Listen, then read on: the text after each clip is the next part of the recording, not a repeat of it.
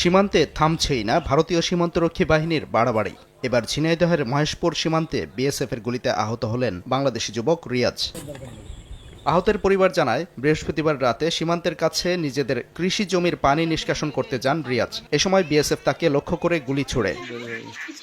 আহত যুবককে উদ্ধার করে প্রথমে স্থানীয় হাসপাতালে নেওয়া হয়, পরে উন্নত চিকিৎসার জন্য আনা হয় ঢাকা মেডিকেলে। পরিবারের অভিযোগ, সীমান্ত অতিক্রম না করলেও গুলি করে বিএসএফ।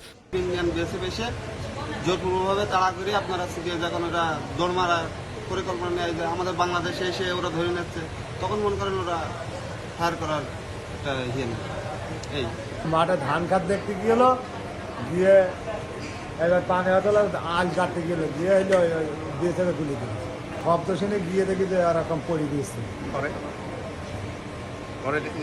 জি, পরে নিয়ে আসছে।